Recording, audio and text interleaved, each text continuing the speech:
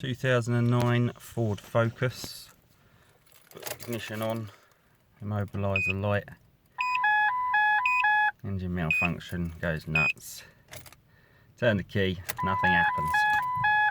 Try to talk to it with scan tool, got no communication to any ECU anywhere. So quick check the CAN bus, and it looks like that, and that is not right by any means.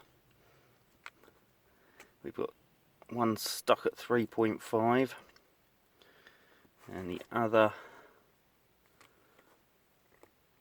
CAN low stuck at 3.5. Now, just due to these instrument clusters being extremely common, what we need to do is look at the CAN bus signal and just tap it on the top there. Look at that, got it to work for a brief second. So, that almost definitely wants a instrument cluster.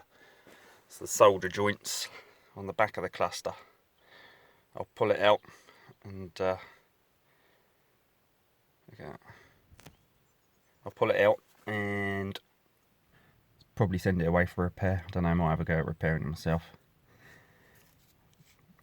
But if you get stuck and the immobiliser's coming off and it's a Ford Focus or C-Max or anything along those sort of lines with that sort of cluster in it, it's normally the cluster that causes the problem. They've got crap solder joints on the back of the board.